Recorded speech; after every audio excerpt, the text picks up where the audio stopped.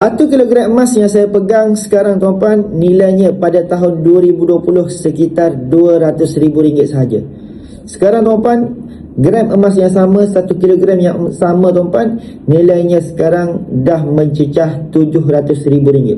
Dalam tempoh masa sekitar 6 tahun, kenaikan dia lebih daripada RM500,000.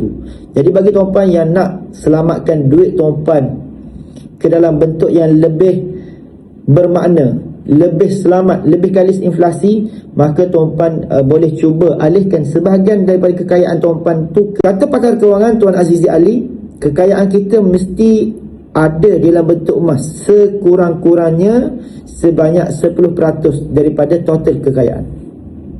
Jadi anda kata tuan-tuan nak selamatkan kekayaan tuan-tuan daripada inflasi, boleh DM saya akan bantu guide untuk dapatkan item 1 kilogram macam ini.